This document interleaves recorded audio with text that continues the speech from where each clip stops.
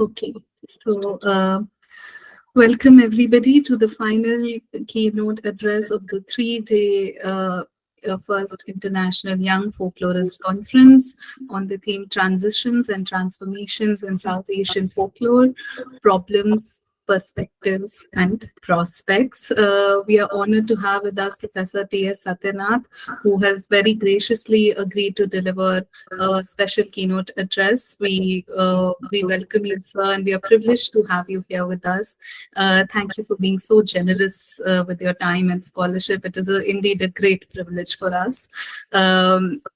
We reached out to you and you immediately agreed, and being a very new organization and this being the first edition of the conference, we are truly privileged to have you. To chair this session, we have with us Dr. Dhurjjati Sarma, who is an assistant professor in the Department of Modern Indian Languages and Literary Studies, Guwahati University, Assam. He was educated at the University of Delhi and the English and Foreign Languages University in the Shillong campus. He was a production editor at Sage Publications, New Delhi, and before that, a research fellow in the Northeast India Studies at IGNCA, New Delhi. His writings have appeared in journals like Language and Language Teaching, Indian Literature, English Forum, Indica Today, Look Katha Journal on Interdisciplinary Studies in Humanities, Dibrugarh University Journal of English Studies, Space and Culture India, and Margins, a journal of literature and culture. He has chapters and edited books published by Springer Nature, Sahitya Academy, Routledge, and Palgrave Macmillan. He's the assistant editor of the Delhi Journal of Comparative Studies, published by the Delhi Comparatists, and presently also the guest editor of the Transcript, an e-journal of literary and cultural studies published by the Department of English, Bodoland University, India. He translates between Assamese, English, and Hindi, and his notable works include the Assamese translation of G. N. Devi's Mahabharat, the Epic and the Nation, and the forthcoming Hindi translation of the PLSI Assam volume.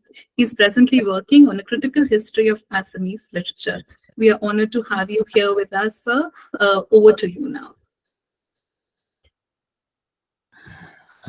Right. Thank you, Meghal, and a very good afternoon to all of you. It's a matter of absolute honor for me to be given this opportunity to chair a session where my mentor, my guru, Professor T.S. Satyanath, will be delivering a lecture.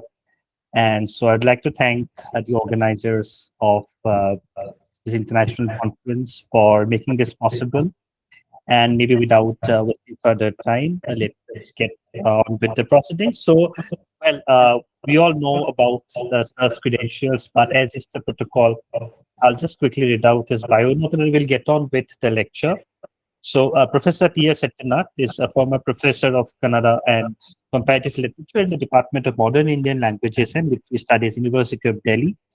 His areas of interest are comparative literature, translation studies, folklore studies, and cultural studies. He has published extensively in these areas, 30 research papers in Kannada and 50 in English. He held various positions at the University of Pennsylvania, Philadelphia, University of Georgetown, Guyana, and Kannada University, Hampi. He has been a recipient of Karnataka Janapada and Yakshagan Academies Award, Shamba Joshi Award, and Professor G.S. Sibarudrappa Award, which was very recently awarded to him. He's closely associated with the Delhi Comparatists and the Comparative Literature Association of India. He's one of the editors of the Delhi Journal of Comparative Studies, and it's a peer-reviewed online journal. And Sir is speaking today on rethinking South Asian folklore. And Sir's lecture is very crucial from certain specific standpoints. And before I request Sir to present his lecture, I'll just quickly take a minute to just talk about what Sir is intending to say. So with your permission. The Sir's engagement with folklore and cultural studies have been, and also with comparative literature, I have been a student for almost close to 15 years. And we have all together with Sir's mentorship been trying to develop a methodology, indigenous methodology to deal with various issues related to folklore, literature, and cultural studies. And in this particular lecture, what Sir is intending to do is to redefine, also to possibly work towards certain methodologies which are based on localized the on the exigencies of the Indian context, moving beyond formalistic epistemologies to a social epistemologies at all. So what Sir is going to talk about today has immense uh, relevance for young folklorists like all of us who are trying to grapple with issues regarding the discrepancy between theory and practice. So we have been trained in certain theories, but which are not that tenable when they're applied on the field. The Sir's lecture will have this interface between theory and practice, which is very important vis-a-vis the Indian context. So, therefore, his lecture holds tremendous importance as far as the future directions of folklore studies are concerned. And with these few words, may I request Sir to please deliver his presentation. And so, Sir will speak for maybe 40 minutes, and then we'll have time for further discussion. So, Sir, please, the stage is yours. Thank you very much. It's a matter of pleasure to be here, particularly with young students. I think I'm the oldest person here in the entire group, whoever is participating. In Kannada, there is an idiomatic expression, the old root and the new tender shoots. New tender leaves. It is the leaves which actually give flowers, fruits, and the future insights. I'm going to analyze a tale of which Ramanujan has translated, where a woman transforms into a tree, bears flowers, and comes back. So I think that's one important initial comment with which I can start. Also, I'm happy to be here because I have been associated with students, and it's many a times working with young students has taught me a lot. My insights have increased because of working with them. Although I have no connection with the area in which they were working, by the time they finished their research, I was rich with insights and understandings. I also thank a lot of them, a lot of my friends, well-wishers and students who are here. It's particularly a matter of pleasure to present my ideas with one of your students as the chairperson. This is something that a teacher aspires for. Thank you. So let's go to the PowerPoint presentation. I read it, and then as I come to the last line, you keep skipping, or I will go into my own version here on the stage, on the screen. What do Mrittika will present it and follow you. Yeah, let us see whether I can see the whole thing or not. Go to the skip abstracts and go to the introduction or the.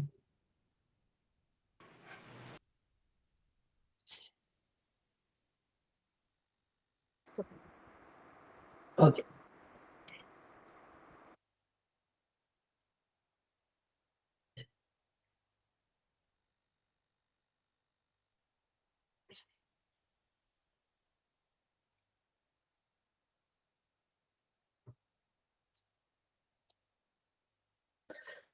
Okay, come to the sheet in which I have the overview.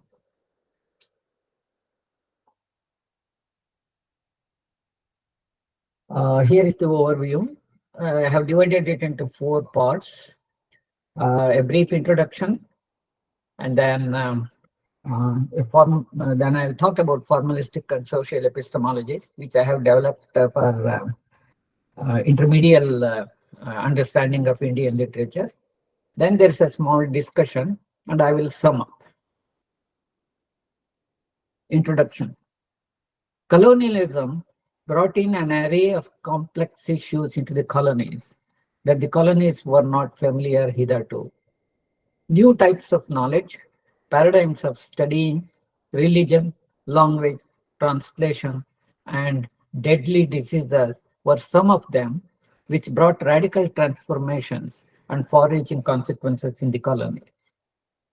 Walter Mignolo problematizes the advent of Spanish colonization of Latin America as follows. In the 16th century, Spanish missionaries judged and ranked human intelligence and civilization by whether the people were in possession of alphabetic writing. This was an initial moment in the configuration of the colonial difference and the building up of Atlantic imaginary, which will become the imaginary of the modern colonial world. Translation was the special tool to absorb the colonial difference previously established. Border thinking, as we shall see, works towards the restitution of the colonial difference, that colonial translation, which is unidirectional, as today's globalization attempted to erase.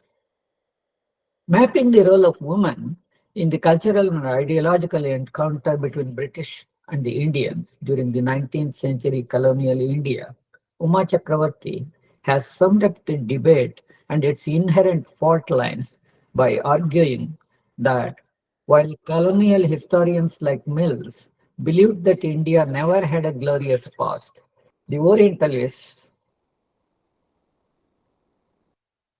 believed that it indeed had a glorious past, which met a collapse with the coming of the colonizer in the 19th century. It's interesting to note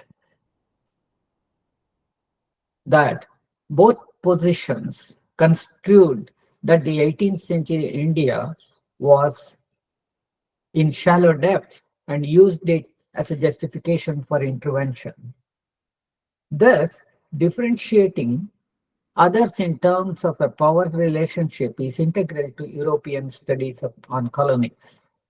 Folklore, which was identified as survival of the past in the discourses of post-industrial revolution period, has been increasingly linked to masses and to popular culture, starting from postmodernism and more recently within the post-colonial discourses.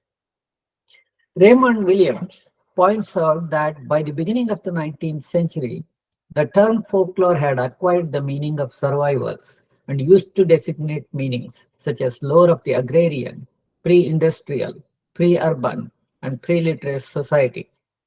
Such an overlapping of meaning, along with the terms subsuming power relationship, actually indicates the ideological forces that were in operation during the formation of folklore as an academic discipline. Arjun Appadurai points out that the term lore has inherited the early European conceptions of knowledge and belief in its meaning. He further notes that lore is a term that implies knowledge that is somehow more weak in its epistemological foundations, more evanescent in its relationship to social life, and more hazy in the grasp of history than words like knowledge, theory, and worldview. The modernist paradigm makes use of logic of imperialism and logical oppositions in which the self is always defined as positive and the other as negative. Accordingly, the terminology used in the arguments of this period is one of warfare, involving concepts such as crisis, elimination, endangerment, death, etc. The fear of death of folklore and nostalgia associated with it as a cultural capital of the nation are conspicuous in folklore study. Taking its theoretical insights from Saussurean linguistics and philology, early folklore studies are conspicuous by the study of structural aspects and universal patterns. Interestingly, the building blocks of structural linguistics are phonetics, morphology, and syntax that progressively generates the next form of unit, starting from phonetics, while semantics, meaning, remains external to these three building blocks. Thus, there is separation between form and meaning, both in structuralism and formalism. On the contrary, within the Indian symbol of meaning, which is spota or spotavada, meaning is not treated as external to the form. Rather, meaning and form are fused into each other, like walk, which is form, and the artha, vaks means speech, artha is meaning, are fused, vagartha, like Parvati and Parameshwara, Kalidasa's, famous shloka, vagartha pratipatyaye, into an androgenic or fused form like Ardhanarishwara. You have a picture from Badami. This radically different way of conceptualizing form and meaning has implications for the construction and interpretation of theoretical paradigms in South Asian folklore. While the European formalistic model treats form and meaning as isolated categories, the Indian model treats them as inseparable and fused. This should prompt us to explore further for an alternative paradigm and an integrated approach to understand formalistic and social epistemologies of South Asian folklore. 2. Formalistic and social epistemology. The theoretical formulation of folklore, like literary theory, was essentially developed in Europe and was extended to non-Western cultures. As this mode of understanding literature and folklore has been there for more than 100 years, and as attempts to look for folklore from a point of view of South Asian folklore is still being conspicuously absent, there's an urgent need to initiate such studies. Frank Coram, in a paper locating the study of folklore in modern South Asian studies, provides a detailed account of the development of folklore studies within the origin. I just deviate for a minute here. In fact, I was asked to talk about South Asian history of South Asian folklore.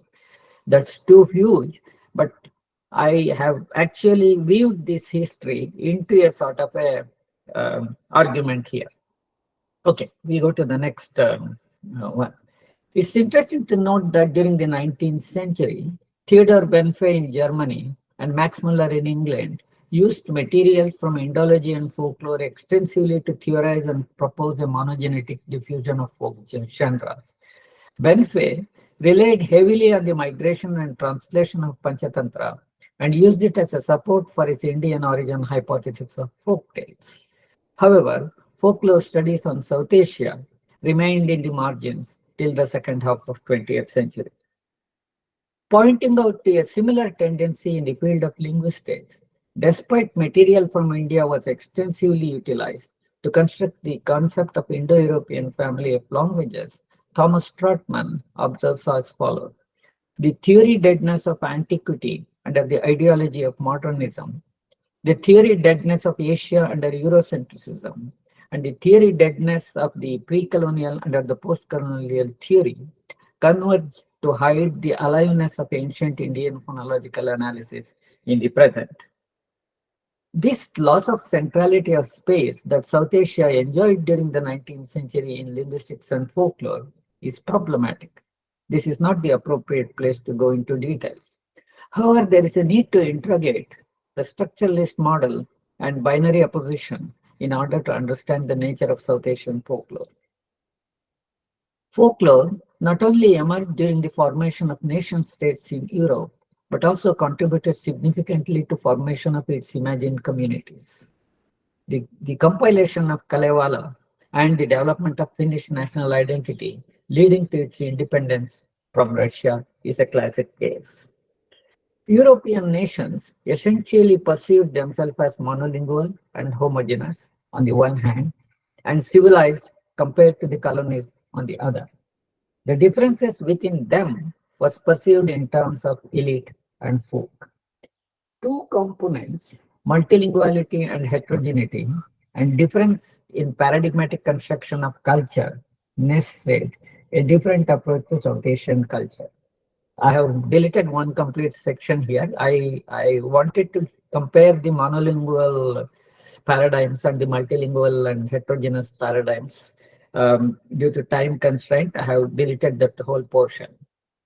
Coming to the first or the second component, first component, the binary opposition, it is constructed through a logic of imperialism and refers to a pair of related terms or concepts that are opposite in meaning.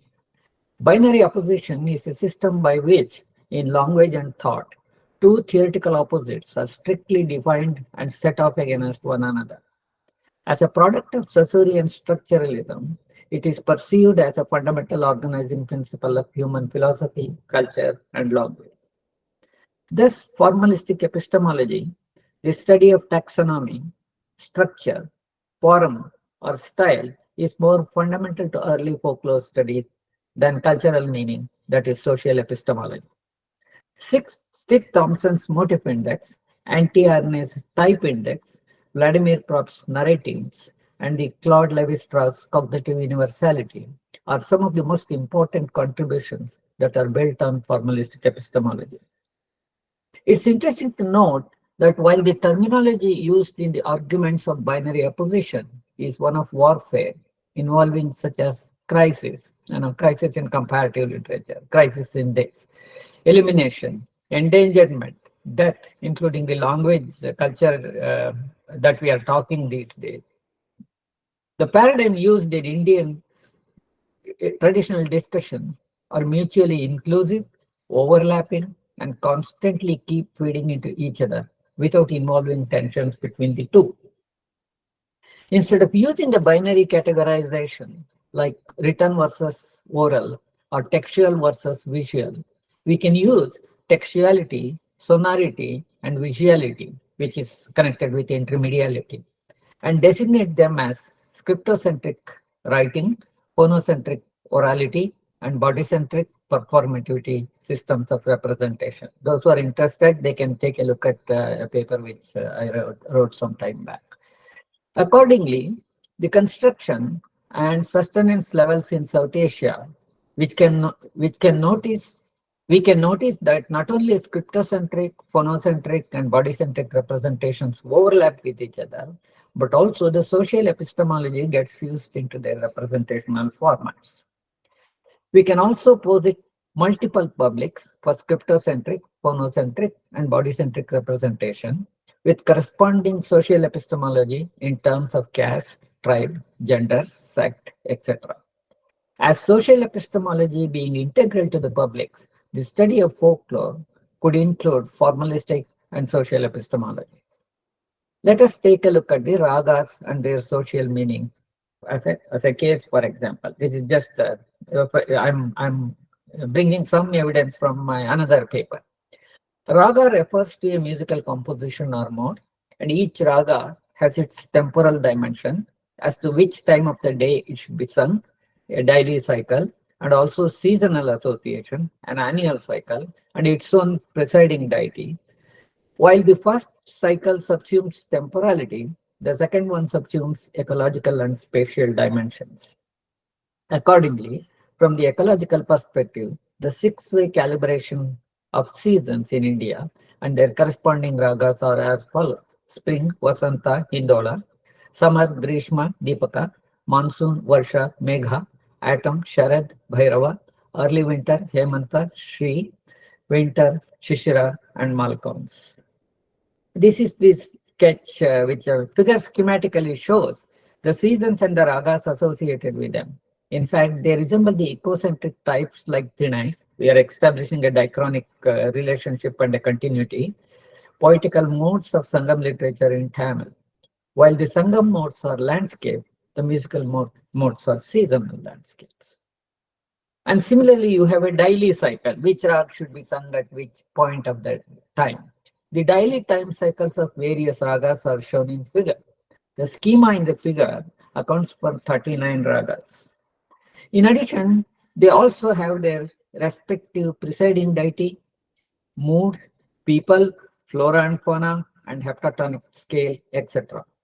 At the same time, it's important to remember that the linguistic, musical, and performative aspects of folklore are not all that uniform at universal levels, as has been claimed. In particular, oral and performative formats loaded with social epistemology may not be all that universal. Not only are musical and performative isoglasses relatively smaller, but also mutual compatibility between any two non-linguistic mediums is relatively small. For a detailed discussion, you can see another paper which I have written.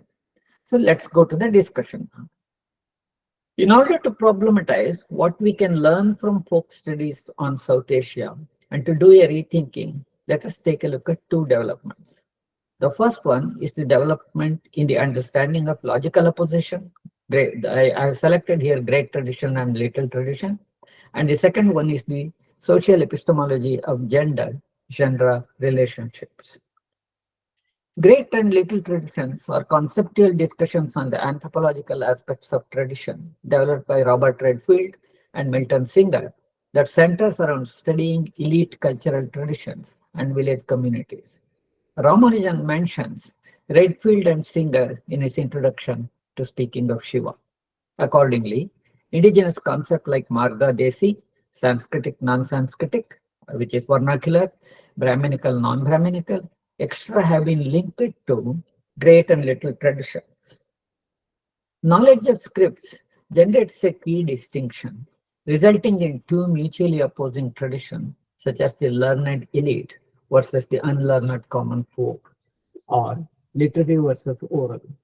While the former signified society's great tradition, the latter, the little traditions. Singer further suggested that the process of universalization and parochialization, in which the first one signifies the body of knowledge from little tradition is carried into the great traditions, and the later one, the movement in the reverse direction, something like Sanskritization. The categories were used for defining the concept, size, great and little, directionality of the movement, upward and downward, spatial, universalization and parochialization, and are not only logical oppositions, but also suggest power relations. Although Milton Singer was eventually able to see the limitations of such binary oppositions, the oppositions were not completely abandoned, and instead a 5-stage continuum was proposed, which is a radical shift. In fact, the two concepts have undergone a series of reinterpretations.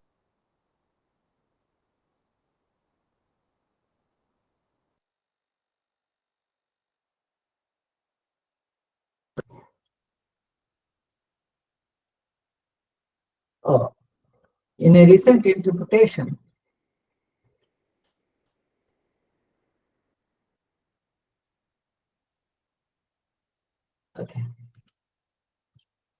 in a recent attempt to understand the reciprocity and transformations within the Hindu and Jaina textual traditions, Dhurjjati has made use of the great little tradition concept once again and has reanalyzed them to propose a new model.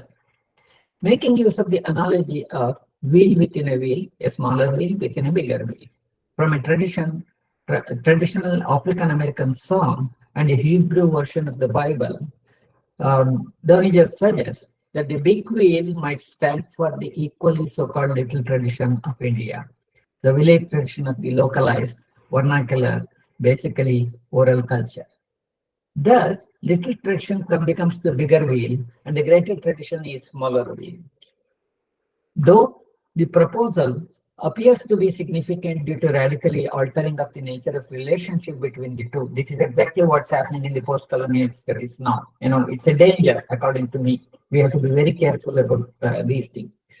Though the proposal appears to be significant due to the radically altering of the nature of relationship between the two traditions on the one hand, and its subversive suggestion on the other, where a reversal of conventionally reposed hierarchy of traditions, the model still confines to the basic level differences of high, great, small, and low, little, big, and continues the paradigm of logic of binary opposition and the inherent power structure within it.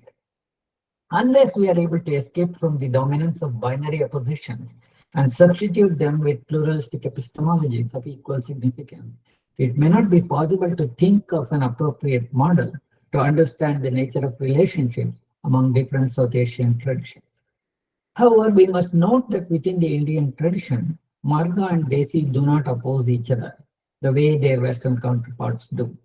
Whereas the first one etymologically suggests a well-established path, the later refers to a regional cultural sphere. Varahamira's treatise is called Brihat and Deshi. Sarangadeva's Sangita Ratnakara mentions both elite and folk styles, Marga and Desi, and treats them as complementary to each other. The continuous and mutual exchange between Marga and Desi is well known and does not require a detailed discussion. Accordingly, Marga and Desi are neither mutually exclusive terms, nor do they stand in opposition to each other. Apart from this, they always stand in multiple relationships with different aspects of performing traditions and are primarily an attempt to capture this stylistic variation. At least for the grammarians in regional languages, I give an example from Kannada, the two were not in binary opposition. Let us look at how Keshi Raja, the 14th century Kannada grammarian, conceptualizes the interrelationship of levels, Sanskrit and Desi, in his Shabdamani Darpana, the text. By creating an intermediary category of Tadbhava, as against Tatsama and Desi, the one born out, Tadbhava virtually means the one born out of it, between Marga, Tatsama and Desi, not only has the binary opposition gets contested, but an intermediary component gets introduced, suggesting the process of naturalization and nativization, signifying a community-mediated process that brings down the differences between the extremes to the tolerant levels of the community. Such a model prompts us to perceive them as non-binary multiple system or coexisting system. This is the figure that I have done. What this is for language. Sanskrit words were borrowed with so and to Tadbhava here the source could come from Prakrit, for example, Vidya, education, can become Bija in Prakrit, which can be taken as Bijay in Kannada, or it could be due to the Sanskrit word transform into a different form, could be due to the phonological and the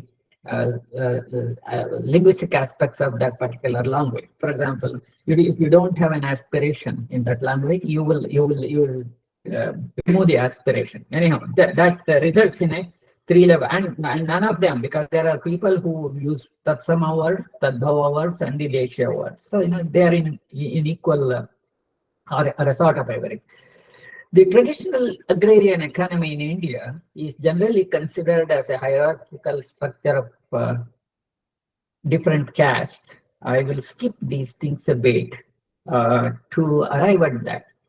This takes us to a model which provides opportunities for caste groups to be bound. No, right. I think I will. What it said here, the attempt is that instead of bi-directional or logically opposition model, you create a model which is a continually evolving system, which keeps changing. That is what Magdalene proposes for her work, and that is I work further on that. I also have a paper on that, on folklore, alternative modernities. The volume which your speaker at the concluding session is going to chair or rather speak. The second issue, the second development that I'm going to discuss is the study of relationship between gender and genre. I will take one single author here. I have looked at Ramanujan's paper and has tried to weave it into a sort of a meaningful discussion. In 1986, Ramanujan's paper on Two Realms of Kannada Folklore was published. Ramanujan attempts to link formalistic and social epistemologies of folklore folk tale by creating two categories, men's tales and women's tales. Making use of the interior kitchen and exterior outside, which is Agam and Puram in Tamil, paradigmatic distinction from Sangam literature in Tamil, he provides a diachronic link to the two realms of contemporary Kannada folklore. So he's already using a diachrony which is normally not used in folklore studies. But there is an antecedent to it. Interestingly, Ramanujan doesn't quote this Kannada text, which obviously he must have seen it, but he doesn't quote it. Devudu, in his Karnataka Samskriti, written in 1935 in Kannada, had already proposed a similar distinction of men's songs versus women's songs. He further justifies his classification by pointing out that certain genre of songs are exclusively gender specific. You all know this. Apart from subject and content, he observed that whereas men's songs are rhythm conspicuous, women's songs are melody conspicuous, raga. Further, he notes that while men's songs belong predominantly to non-Brahmins, the women's songs have two linked categories, caste-linked categories, the Brahmini, the Brahmin song, and the Shudrani, Shudra song. I will not go into it. In a subsequent paper, Ramanujan develops women tapes as a counter system. Towards the counter system, women's tales. For Ramanujan, women tales are the ones told by and centered around women. Commenting on this paper, Apadarai, Kuram and Mills, who are the editors, in their introduction, remarks as follows. Thus, normative biological categories such as gender and the culturally constructed ones such as genre are not as taxonomically distinct as one would presume. Whereas Ramanujan reminds us in his formulation, genders are genres. In a paper on women's science, he goes to the Navabhakti period, points out that many of the women's saints are actually the wives of the Virashaiva male saint poets and call themselves as Punyastris, holy women. And on several occasions, the women saint outshines her male counterparts. Hagiographies depict them as dominant and assign them more power compared to their male counterparts. There is a case, and I have a paper on that. Many other women saints who do not belong to the saint couple category are single, aggressive, and belong to left-hand caste, particularly artisan and servicing castes. Some of them come from menial professions such as spinning, rope making, wood cutting, scavenging, and even prostitution. We can also notice here the intersection of gender, caste, and genre. On the stories from one of the stories from the anthology of folk tales that Ramanujan translated is the prince who married his own left half. You know this. In another paper, Ramanujan discusses in detail the pivotal role that the female protagonist plays in the tale as a wise woman and cleverly gets everything turned in favor of her. And he says this wise, as against the European and the rest of the world tales, where the wiseness of the woman is not conspicuous, the wise woman's motive actually comes from Kathasarit Sagara, again from India. This tale provided the theme for two important modern Kannada plays, Nagamandala by Girish Karnad and Siri Champige by Chandrasekhar Kambar, both published in 1988. And they were in discussion, both of them were in discussion with him. The most important paper relevant to us is A Flowering Tree, A Woman's Tale. This is posthumous publication of Ramanujan. This is actually the English translation of a Kannada folk tale. In the beginning itself, Ramanujan says, I shall offer a reading of it for discussion and suggest in passing certain characteristics of the genre of women-centered tales. In fact, this is a translation, basically 8 or 9 pages is translation and 3 pages discussion. But the 3-page discussion actually is mind-boggling and provides us actually how this South Asian folklore should go in the future. The tale, as many of you know, is a tale of a woman transforming into a flowering tree and revert to her human form at her will. It was also made into a film by Girish Karnad in 1992. See, the dates are very important here. I will not comment on it, but in a footnote, Ramanujan briefly outlines the vast archive that he uses for his interpretation and establishes interconnections of his research on women and gender. This essay, I quote, this essay is part of a series that may be called Women Tales. They tell a different story. For example, see Ramanujan 1982, 89, 91, 93. I also use many more here. As suggested in these papers, different kinds of women's material are relevant in constructing this story. Proverbs and riddles used by women, female saints' lives, that is hagiography, and poems, their own bhakti poems, tales and vratkathas told by women in women-only contexts, wedding songs, retelling of myths, and epics of women, and so on. Folk tales are part of this female tradition, yet need to be explored and seen as a whole in relation to other parts of the culture. The folktale universe, both of men and women tales, itself is in a dialogue relation to more official mythologies of the culture. Ramanujan links the tale to our contemporary ecological concerns in this paper, brings in evidence from a Tamil Lagam poem from Naidil, which is seashore landscape, and a Veerashaiva Kannada Vachana by Dasareshwara, and a variety of lore from South Asia, both literary and folk, to establish metaphorical connections between women and tree. This establishes a woman's biological and other kinds of creativities that are symbolized by flowering.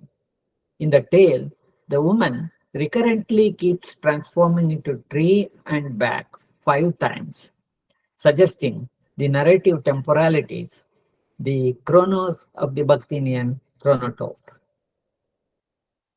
Equally important for South Asian folklore is the way Ramanujan violates the disciplinary paradigms and expands boundaries of the paradigm to suit the requirements of South Asian folklore. Noteworthy here is his study of Indian Oedipus, in which he argues that the Indian Oedipal tales are organized differently than their Greek counterpart, with the directionality of aggression reversed from the parent to the child. The editors, Edmonds and Dundas, almost in a complaining tone, notes that the Ramanujan's argument prompts others to realize that universal themes like Oedipus also needs to be read in terms of cultural specific context. I have put it very mildly. It's almost, they complain that he violates disciplinary norms. So summing up, the developments within South Asian folklore studies that we outlined here clearly demonstrates how the limitations in formalistic consortial epistemologies were gradually overcame in South Asian studies of folklore. A movement from binary and logical oppositions, alternative ways to understand formalistic epistemology, making use of social epistemologies, comparison and interdisciplinarity are some of the theoretical and methodological shifts, and above all, development of a dense vernacular archive that is noteworthy for South Asian folklore. As a part of colonial modernity, several invasive processes, ecological, which is like deforestation, theoretical and methodological paradigms, disrupted the mode in which we need to understand the traditional knowledge systems of India. I'll just take a minute, here. For example, all of us, when we sit in a folk performance, we know when Yaman Kalyani is sung, we know this is the beginning. The time must be somewhere around 7 to 9 o'clock in the evening.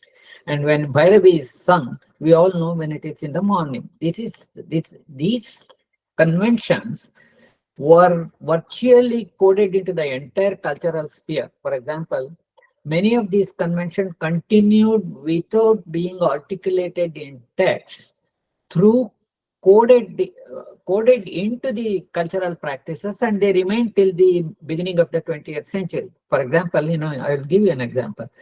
Any Rimjim song in Hindi, Rimjim ke ye pyare pyare geet liye, or anything, there has to be a Hindu jula, rhyme, jula.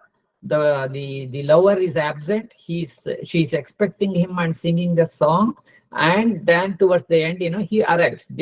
These 4 scenes were integral to several film songs that came between 40s, 50s, and 60s. I mean, the convention changed, and then totally the sensitivity to it. So the codes of the clues to decoding the cultural message is not there in the Shastra text. It is there in the audience and in the public sphere. Once they forget, it will go away. So let me go back. It is in this sense that I'm talking here. The Indian knowledge systems were a part of the ecosystems in which the holistic knowledge system, through thought and action of the people, were expressed through formalistic consortial epistemology. They were a consequence of cumulative and fine-tuned pool of human experience, spanning over long periods that involved many complex cultural interrelationships, which I have called as social epistemology. As long as changes within the systems are seen as innovations and not contaminations, Such systems are conceived as not logically opposing ones, where one has to die and the other one has to survive, but they're continually evolving systems. They tend to modernize themselves constantly, and an external agency of modernity is not required. Within the South Asian context, we are accused of not having a historical sense. We are accused of not having many things, and also having an antecedent phase of traditionality for our colonial modernity. Thus, the concept of modernity needs to be understood within the spatial and the temporal context in which it is being appropriated. In fact, history is actually a process of the past that is running through the present into the future. As long as we perceive historical processes as continually evolving ones, not as dichotomous ones, such systems are always continually modernizing ones. It is with such a rethinking that we need to pursue studies in South Asian folklore. Thank you.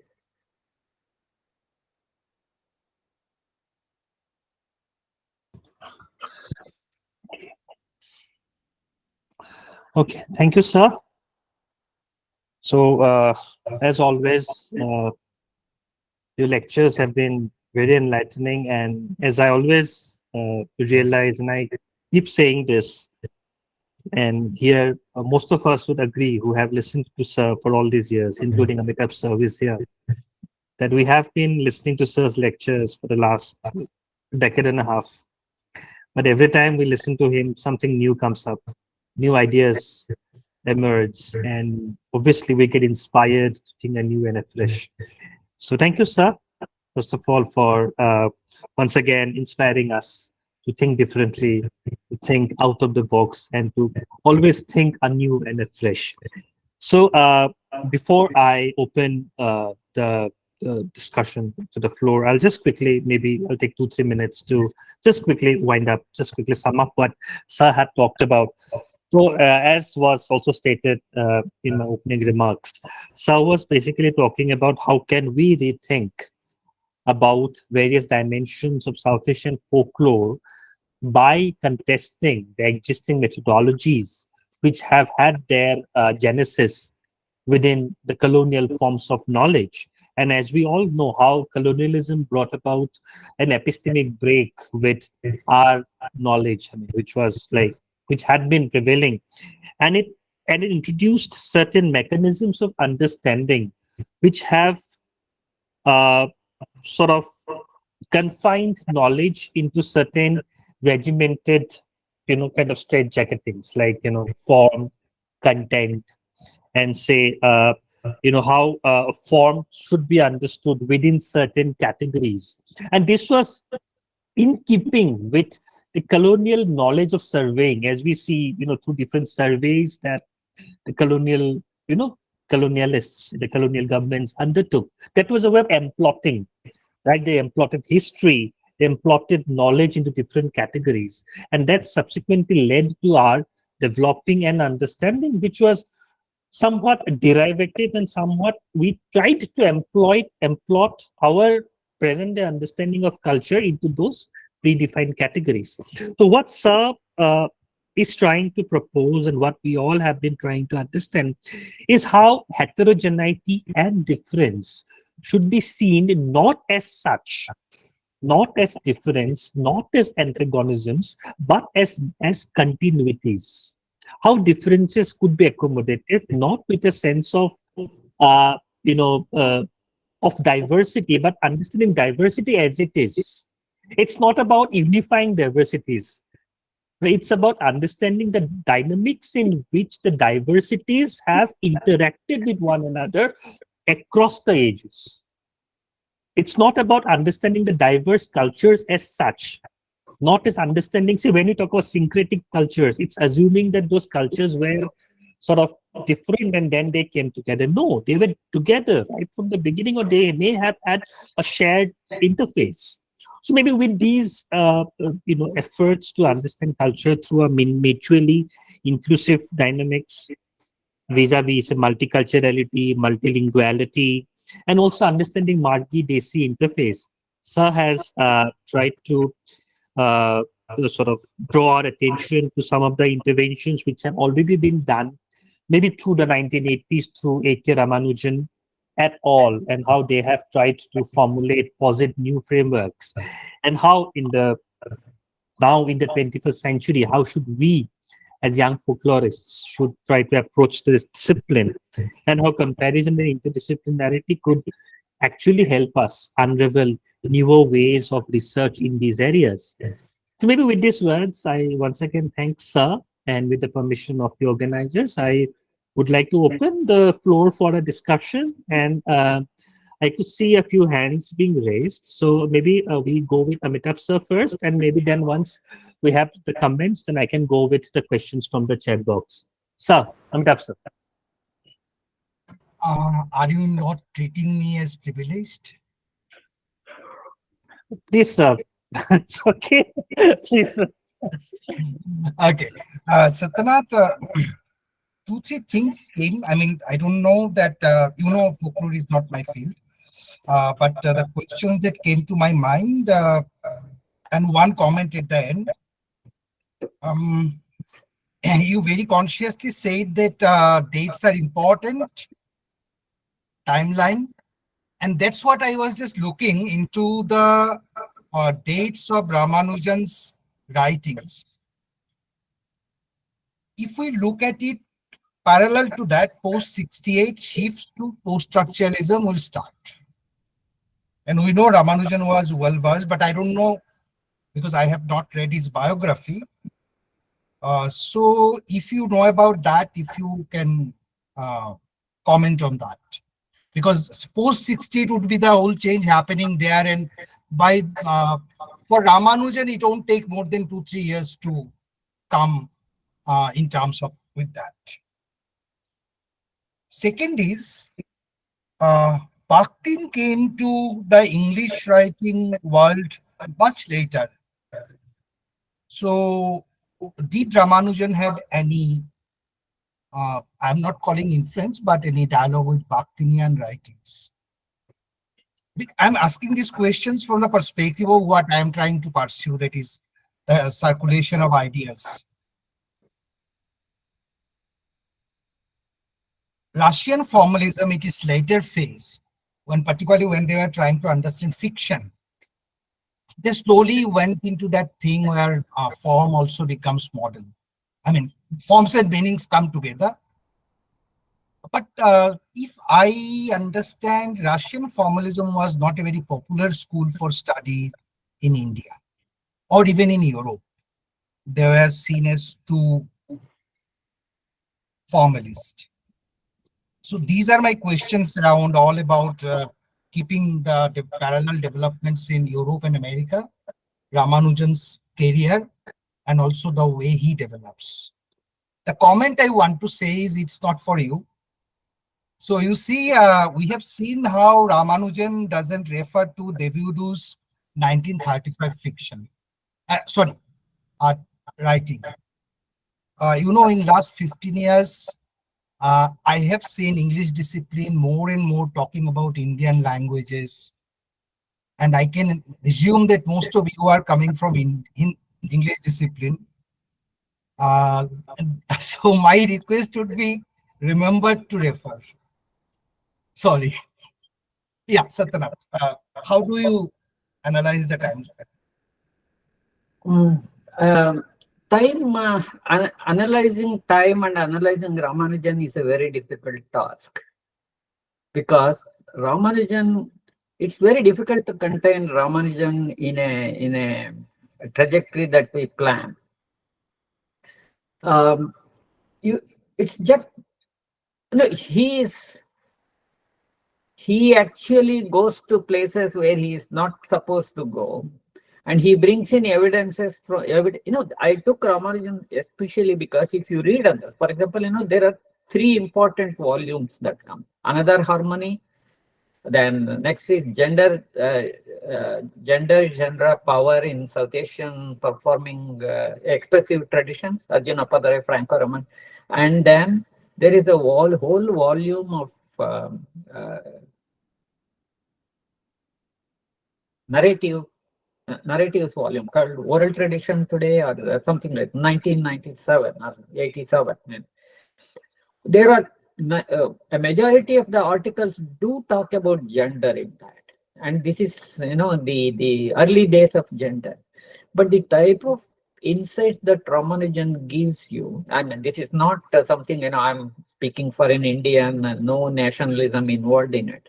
The type of insights that he's able to provide, it's not possible for other writers to equal him. I'm not belittling them, and I'm trying to explain it. Ramanujan's hold over the data, that means the archive that I mentioned at the end, is the richest thing that Ramanujan has at his disposal.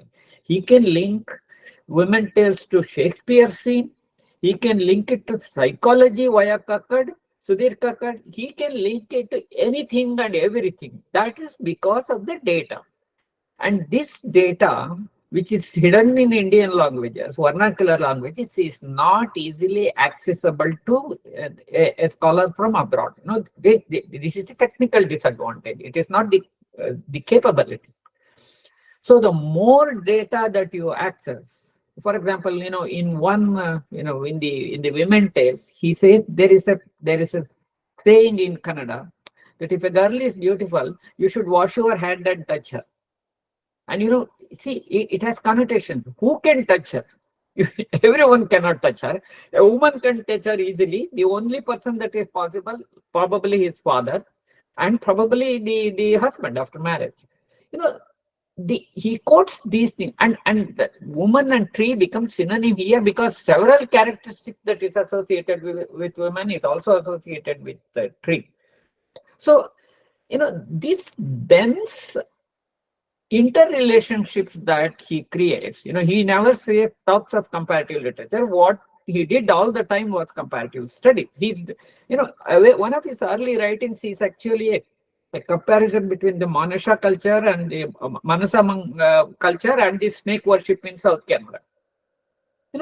This is something exclusively special about Ramanujan, and mapping it is extremely difficult. I use the chronology because I believe in the publication of the dates of publication will give me more and more insights.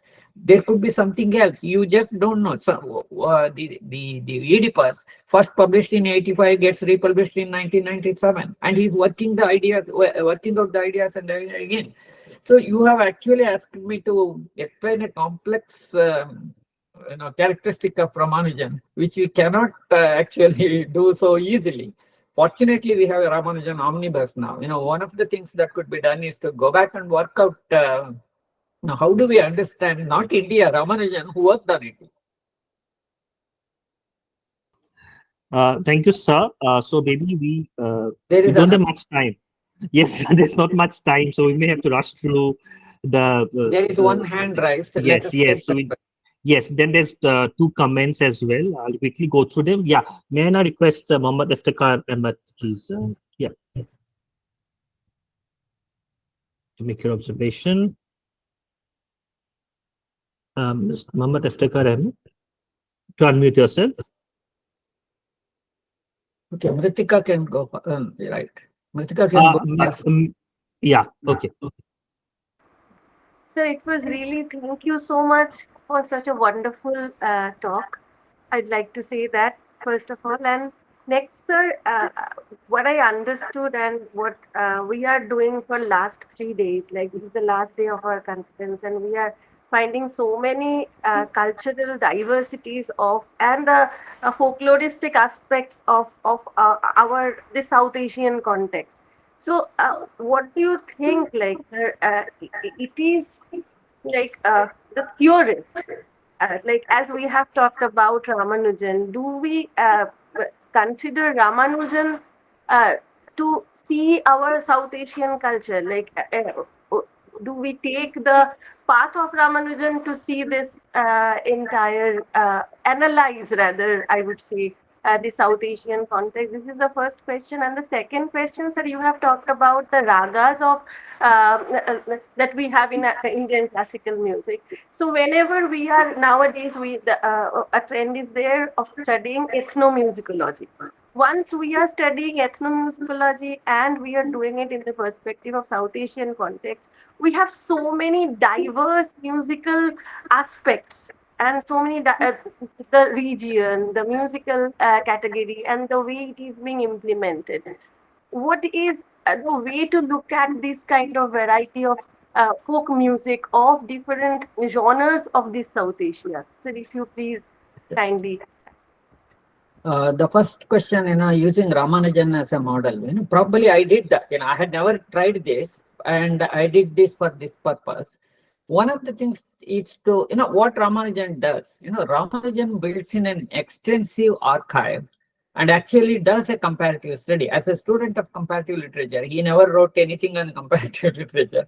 But I think all the time he's doing is comparison and establishing interdisciplinarity, establishing links, talking of circulations. These are the terms that comparative literature uses today. So without saying all these things, he did something of this sort.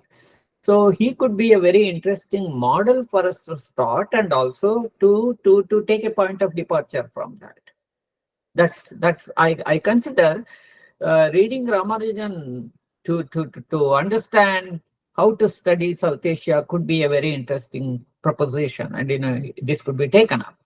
Coming to the second one, I think the relationship between music and its social epistemology, including the aesthetic one, is actually, for me, these are all embedded in the public sphere. So each one of us knew its conventions, knew the music to some extent or other. I'll give a 19th century example. For example, when Indra Sabha was written in the 19th century, Indra Sabha uses, actually, few of Indra Sabha, there is a Sanskrit meter in that.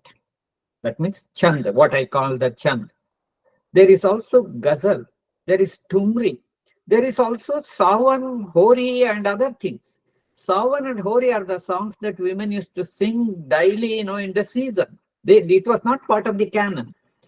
And the conventions, how to sing a chaupai or how to narrate a chaupai, these were the parcel of the chanda. And the songs that come in between, both the ghazal and they were in the kotis and the mushairas.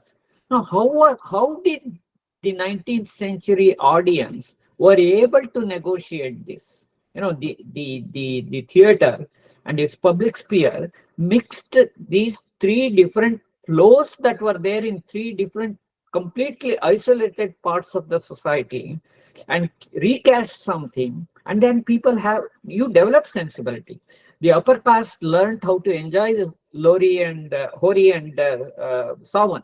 The lower caste got exposed to ghazal and a variety of things. So, it is the development of theatrical public sphere in the 19th century provided an array of aesthetic sensibilities to people who were not exposed to it earlier. So I believe probably music as a public sphere, if you look at music as a public, leave 70 or 80 texts that, on Delhi Journal of Comparative Studies, very recently, I wrote a paper, understanding that.